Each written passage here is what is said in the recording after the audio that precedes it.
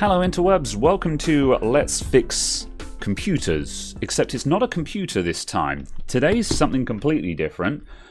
This thing came in, this is, you might be looking at it going, what on earth is this Star Wars looking helmet type thing?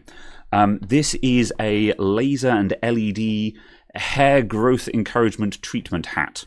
So these are a real thing. I did a quick look up about them before starting this video. The reason why it's here is it's got a busted USB charge port, which is what I'm going to be looking to fix.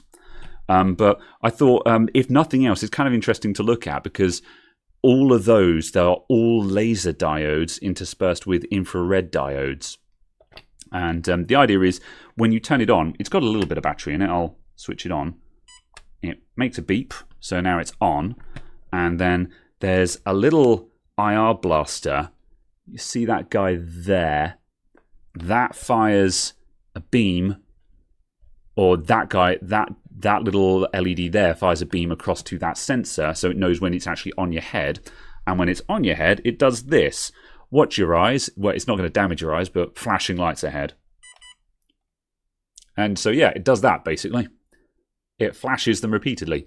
And the idea is that is firing light of a specific wavelength. It's like, 600 nanometers. I can't remember what it was, but it looked online. And that particular wavelength induces an effect that promotes cell growth and rejuvenation. And believe it or not, that is a real thing. It is used for other types of therapy. Whether or not it makes your hair grow back or not is a much more dubious question. Based on what I was reading about, there are no peer-reviewed studies, and as well, the clinical trials that have been run, a lot of them contain conclusions along the lines of there was a measurable difference in hair thickness, but it was not observable, which is worse the effect of if you get your little micrometer out, the hair is slightly thicker, but if you just look at someone, no, their hair has not grown back. However, I'm not here to judge whether or not this works. I'm going to do a bit of a big Clive today and take it apart and show you what's inside. So I'm not sure how much we're going to strip this down. We might be able to get everything we need out just directly from there. But let's start taking it apart and see what we get. I'm hoping I've got a USB port that will fit this, but we'll find out when we get there. So these two screws come out. This might just be a rechargeable battery in here, or the entire guts of it might come out. I have not spoiled myself, but if we get the circuit board out, the circuit board might be simple enough that I can show you guys how that works. Right. What happens with that? It doesn't want to come out. Prying tool. There we go. Aha! We have an 18650 LiPo cell there. 2 amp hour cell, which does disconnect. Oh yeah, that is side mount. For a minute I thought that could not actually be unplugged, and I was like, what's the point in having a removable bay? I'll disconnect that just so it's not plugged in. Not sure what brand that is off the top of my head. However, actual 2 amp hour cell, I would guess. That's not bad.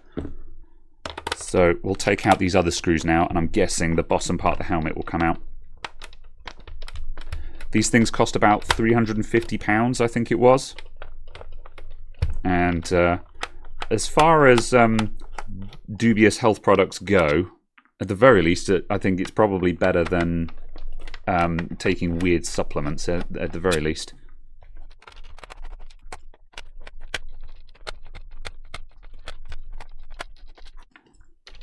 Okay. There we go. That's that out. So you can see now there's our sense beam. So that's just an IR emitter firing across to a photodiode, a light sensor basically. If the beam gets interrupted, it knows that it's on your head. Very simple but effective, so you don't blast yourself in the eyes with it. And then we've got just a flexible circuit board with a whole bunch of laser diodes and IR diodes on it. And, oh, there's a few circuits on there, actually.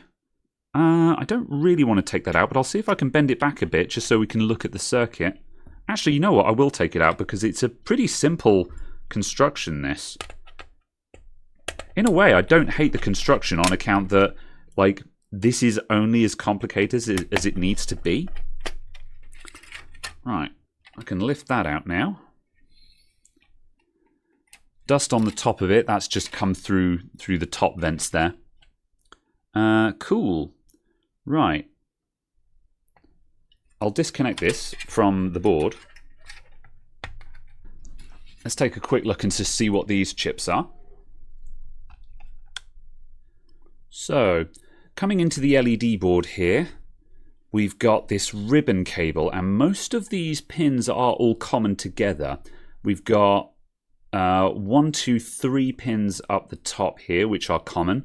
These 3 down the bottom are also common, so that's going to be a positive and a negative connection for power. Then these 2 center pins are common onto that trace going under those capacitors there, and that's going to be our drive signal.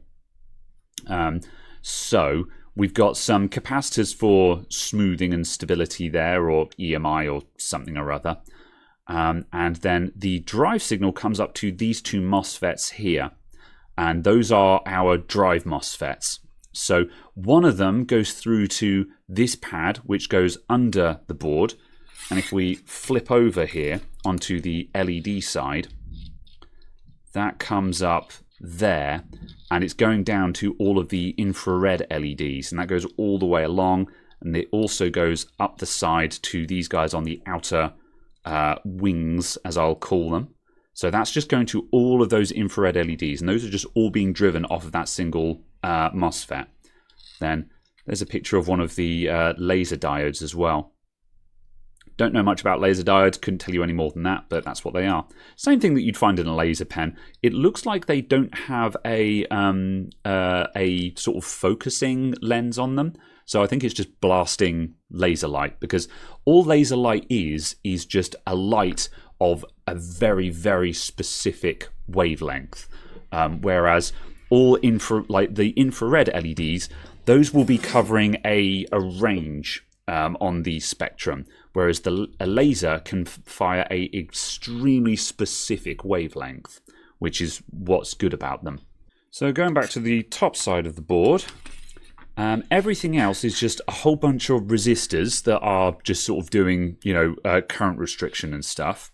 And these chips here, which I have just Googled, that's an MBI 181 upside down. And these are LED driver chips, and these are doing all of the laser diodes. So the drive signal from one of the other MOSFETs, probably that one, yeah, that one there, that output there, you can just see that veer going through to the other side. That goes all the way up the other side of the board and into these chips. And there's 3 of them. There's one there, and then there's another 2 further down the board somewhere. There's another one. And so those are doing the same thing, and those are driving our laser diodes. So the laser diodes are probably eating a bit more current, and it's worth having these constant current LED driver chips for that. So yeah, that's the LED board. So let's go back to the helmet now. So to get this board out, we've got 2 screws there, and luckily the sense LEDs here are... Oh, those do plug in, but there's some Loctite on there. So I'll take the board out before I try and remove those, otherwise I might pull the wires out of the plugs, which is...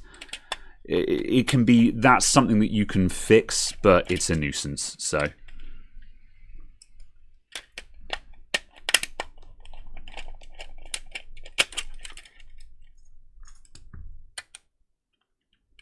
Right, those 2 screws out. There we go, there's our board. Right, and if I just flex these connectors a little bit, that Loctite should hopefully break up. Oh, there's one.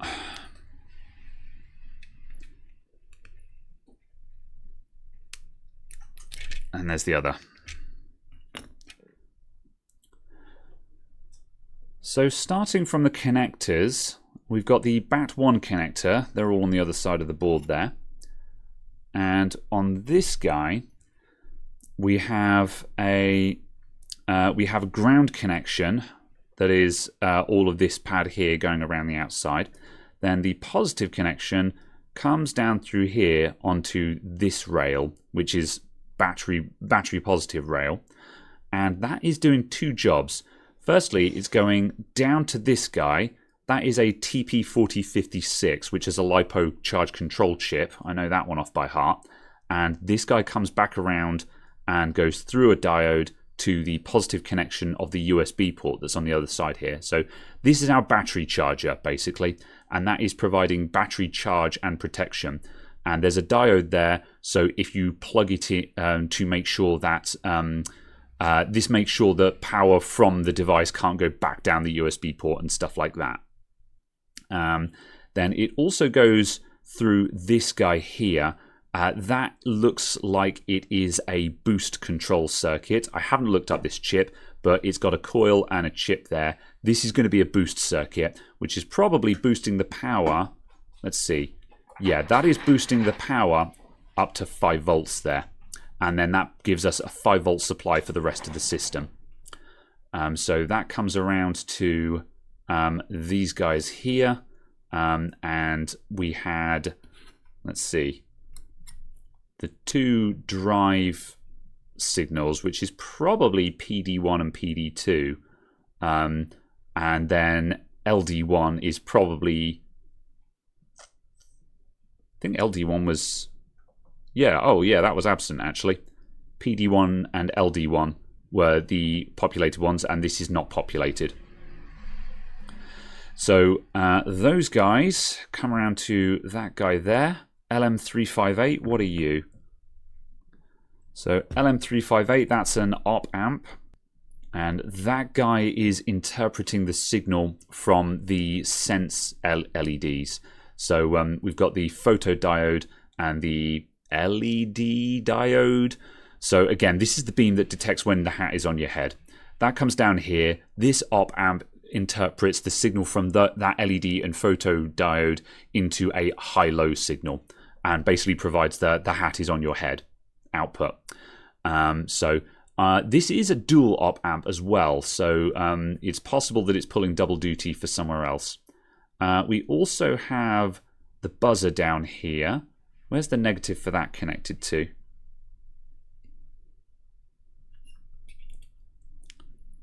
I think the negative for that is maybe this guy. That goes back to this chip here. That chip has been scrubbed, so that is going to be our microprocessor. So that's where the action is going on there. Because this has been scrubbed, I don't know anything about that. But that's the actual microprocessor that is running the show. That'll have very basic firmware on it. And likewise, we'll find that the button and the LEDs are probably coming back to here as well. LEDs might go through one of these drive transistors, but it's pretty straightforward. Anything else here? I think that's everything of interest. Other than that, we then come back to this connector here. So this goes up to the LED board. One of them is going to be our negative connection, which I'm guessing is these guys here, because that goes to the flood fill. And then those guys there probably go through to the other side of the board. Yep, those go through to there, which come around to there, which goes onto the 5 volt rail. So yeah, that's 5 volt ground, and those two go through the board to there, to a drive transistor, which comes around to there and goes back to our control chip. So our control chip is sending a pulse signal out to there, to this drive transistor, which then runs the signal out to there. So that's basically the gist of it. We've got a microcontroller that just pulses stuff on and off, and then there's some supporting circuitry over here to handle charging of the battery and stuff like that. So pretty straightforward, really. All it is it's a glorified torch, is all it is, that turns things on and off. It might have some timers built into it as well. Perhaps if you hold the button in certain combinations, it will switch stuff on and it will run for half an hour and then beep and then turn off or something like that. But yeah. Okay, so we won't need to replace this USB port because that's kind of mashed up. So I'm going to see if I've got a spare one. Okay, so this is a vertical mount USB port, this one. Slightly less common, but certainly not unheard of. And I've got a replacement one here. I'm not a super fan of this design because, as you can see, it doesn't really have the cut corners in the metalwork, which means it's not at a casual glance, it's not immediately obvious which way around the connector goes. Because you've got the actual contacts low down, the connector will only go in one way. But, you know, from the design perspective of USB micro, it's not as obvious as having those big cut corners. Oh, wow, that's pretty done. So yeah, at the very least, this will do just fine. So let's get it on the board. I am going to, let's see. Oh, I don't really want to hot air it because we've got this lift connector right there, the flex connector. I'm gonna see if I can soldering iron hero that. I might just be able to just put a massive solder blob on and pull that off. Failing that, that is so loose. Oh, there we go. That's that off. Yeah, I think I can soldering iron hero this because the outer metal shield has snapped off. There's so little metal there that it'll be fairly easy to bring that off with soldering iron. I'll switch to the other camera because we're a bit close on the microscope. Okay, right, slightly awkward to work on this one, just to get it at the right angle where I can get onto the back of those pins without hitting something. Oh, I hit my mic instead. So I'm just going to flood a massive solder blob onto here, and we're just going to see if we can walk this guy out. So I'm just putting an obnoxious amount of solder onto these joins so it's easy to keep it all flowing.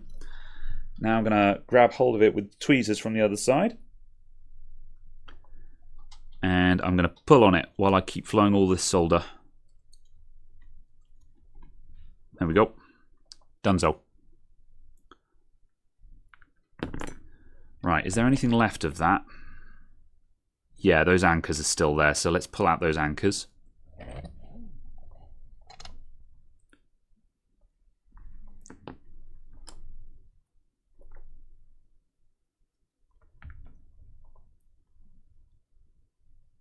Whoops. Still got ridiculous amounts of solder on this thing. Clean that up in a mo.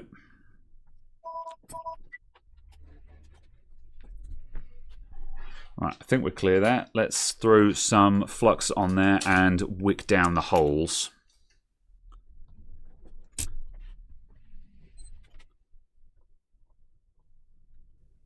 This is a really crappy bit of braid that I'm trying to reuse here. The current blind spot for my camera setup is close range. I've got a nice wide shot from the bench cam, and I've got the super macro shots from the microscope. But sometimes if you just want to be near to something but not on top of something, that's a bit of a harder shot for me to do without moving everything around. Oh, I need a board holder. Last one. Come on. Out you come. There we go. Right, nice clear holes. Now a little bit of alcohol and a cotton bud.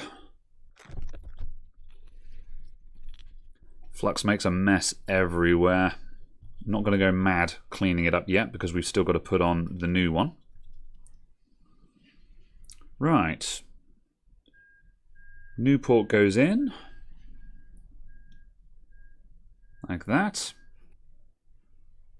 Right, let's just get some solder onto one of those anchor holes to hold it in place, and then we can make sure it's flat.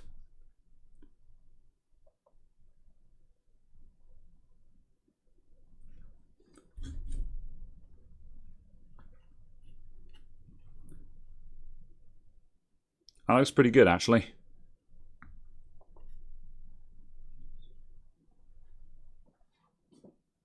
Hey, first try. Okay.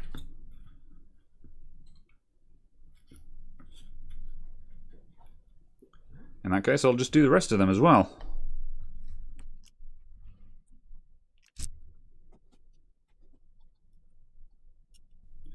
There we go. Just blob some solder onto those and then clean up. These data pins aren't soldering very nicely. The pins for the annular rings, which are the bit that I'm soldering to, have basically just been obliterated. I probably was a bit rough with the wick there. This is where wicking can be a bit destructive if you're not careful. However, The data pins are just not connected. This USB port is power only. So it doesn't actually matter. I'm going to put some fresh solder and just reflow that because that's pretty ugly. Some fresh solder, some more flux is what I meant. And I'm just going to bring down the temperature. I think I'm also running way too hot on my iron here. That's another sign. If stuff like this is happening, your iron is too hot. It's one of the reasons why more heat is not necessarily better. My iron sits at 400 degrees where I'm mostly working on motherboards, but for this you don't need that kind of heat.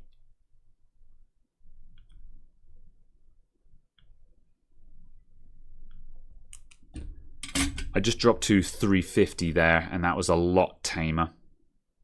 And we've got some much nicer connections. Right, let's clean up.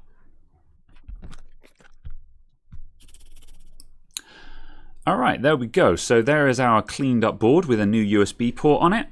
I'm not a fan of vertical mount ports like this because they're extremely vulnerable to the cable being bent up and down, which is probably what happened to this one.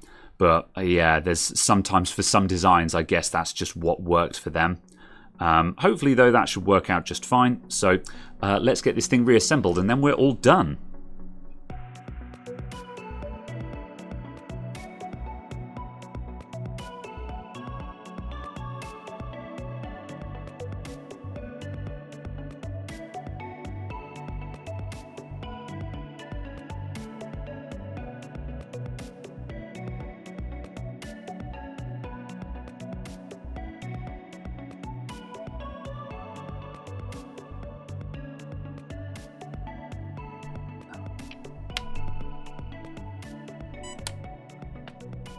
Nice, we've got a light on the back, so let's do a quick test. There we go.